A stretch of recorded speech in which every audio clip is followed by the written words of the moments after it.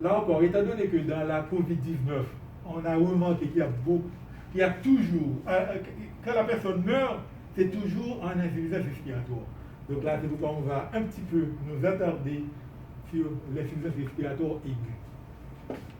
Vous savez que le rôle du système respiratoire, c'est l'hématose, de faire rentrer l'oxygène et puis de rejeter le gaz carbonique, qui est toxique pour l'organisme. Vous pouvez remarquer que les conséquences de l'insuffisance respiratoire aiguë, on a une hypoxie qu'il ne faut pas confondre avec l'hypoxémie. L'hypoxémie, c'est au niveau tissulaire, alors que l'hypoxémie, c'est au niveau du sang. Okay? L'hypercapnie, donc il y a deux types d'insuffisance respiratoire. Il y a une insuffisance respiratoire hypercapnique. Donc hypercapnie, comme vous voyez, c'est la rétention du gaz carbonique à un point tel qu'on a une pression artérielle en gaz carbonique qui est supérieure à 50 mm de mercure. Normalement, la pression artérielle du gaz carbonique, ça varie entre 35 et 45 mm de mercure.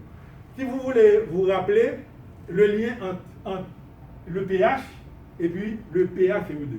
pH, c'est 7,35 à 7,45, alors que PaCO2, c'est 35 à 45. Donc ça, c'est une mnémotechnique que je vous donne pour vous rappeler les chiffres.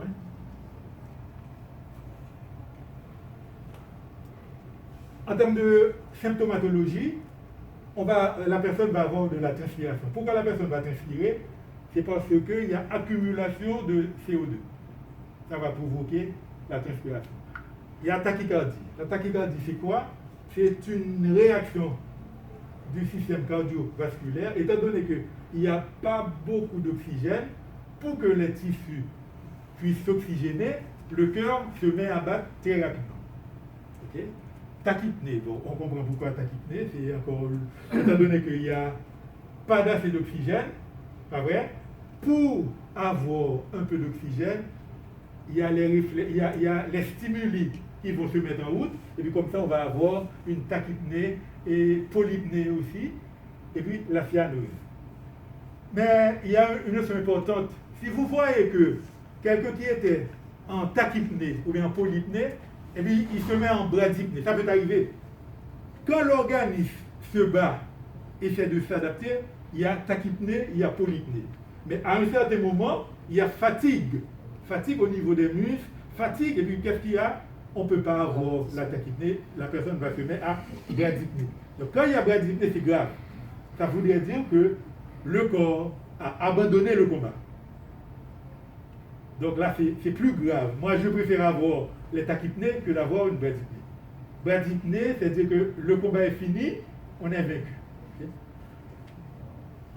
La céphalie, vous comprenez pourquoi? Les cellules cérébrales en souffrance, et puis il y a confusion mentale, c'est la même affaire. Et puis ce qui arrive encore, quand il n'y a pas d'oxygène, quand on est en anoxie, il va y avoir production d'acide lactique. Pas vrai? Production d'acide lactique. Et qu'est-ce que ça va faire, les acides lactiques?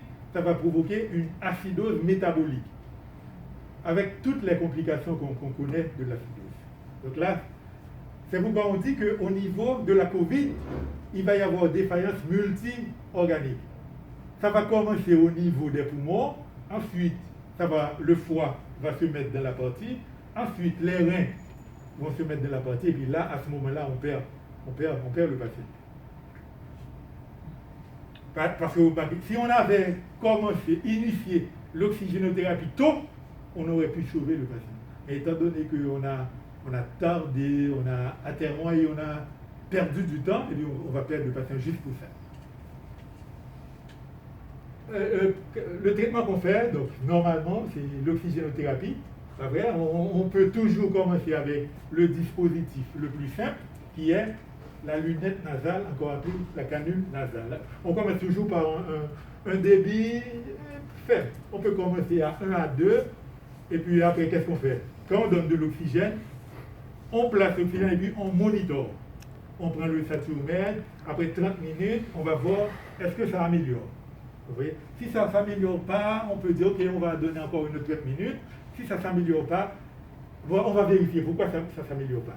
Est-ce que l'oxygène que je donne aboutit au niveau des alvéoles. Est-ce qu'il n'y a pas un obstacle qui empêche à l'oxygène d'arriver au niveau des alvéoles? Ça peut être une polype, quelqu'un la personne a un polype au niveau des cavités nasales, c'est normal que l'oxygène n'arrive pas. Parce que quand on donne l'oxygène par canule nasale, pas vrai, c'est les deux embouts qu'on met, ça permet de faire entrer l'oxygène. S'il y a un obstacle quelque part, il y a par exemple une polype, ça ne passe pas. S'il y a beaucoup de sécrétions, les narines sont bouchées, ça n'entre pas. Il faut toujours vérifier que les narines sont libres, il n'y a pas de polype, et puis malgré ça, on ne peut pas améliorer la saturation. À ce moment-là, on se dit que bon, on va essayer d'utiliser un autre dispositif. Qu'est-ce qu'on a à s'apporter? On va le voir plus tard. Là encore, il y a des critères qui nous permettent de voir est-ce qu'on va aller plus haut. Parce que quand on donne l'oxygénothérapie, c'est pour empêcher qu'on ait à intuber et puis à utiliser la ventilation assistée. Donc, il y a des critères pour savoir est-ce que on peut aller plus loin, on peut intuber, on doit intuber. C'est quand il y a le patient qui est en coma, ça vaut pas la peine de donner de l'oxygène.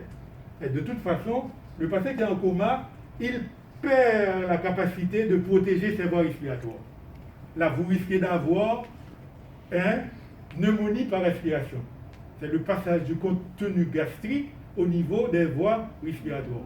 Ça donne le fameux Mendelssohn syndrome, qui est, la docteur Burns peut dire ça, c'est l'ennemi des anesthésistes. Chaque fois que l'anesthésiste travaille, il a en tête, mon Dieu, il ne faut pas que mon patient ingère, pas vrai, inhale son contenu gastrique. C'est normal. Le contenu gastrique, c'est l'acide chlorhydrique. Imaginez-vous que l'acide chlorhydrique arrive dans les poumons, quels dégâts on va avoir. C'est pourquoi chaque fois, il y a perte de conscience, il y a coma, là on doit intuber. Et on intube plus pour protéger les voies aériennes que pour autre chose. C'est ça, docteur Burns? Oui, oui. Parfait. OK? Il y a d'autres critères. Si on a la fréquence respiratoire qui est supérieure à 35, et puis on a oxygéné pendant longtemps, ça ne s'améliore pas, là, on n'a pas le choix d'intuber. Okay? Si la capacité vitale, je vous ai montré un schéma, ce volume-là, donc si c'est inférieur à 15 litres par kilo, là, on n'a pas le choix d'intuber. Okay? Donc c'est autant de... Donc on va partager avec vous le matériel, vous allez voir. Il y a d'autres critères qui vont dire si on doit intuber. C'est par exemple là, c'est l'ABG, c'est analyse des gaz sanguins, c'est analyse de blood gas. Quand on fait le PaO2, c'est inférieur à 50 mm de mercure, est-ce que vous vous rappelez c'est quelle est la vraie valeur, la valeur normale de PaO2? On se rappelle? La vraie valeur, PaO2. Ça doit varier entre 80 à 100. Ah oui, entre 80 à 100. Donc quand on est plus bas que 50, c'est très grave. Là, on a échoué, on doit intuber. OK? Et puis on a le pH qui est à 7,25.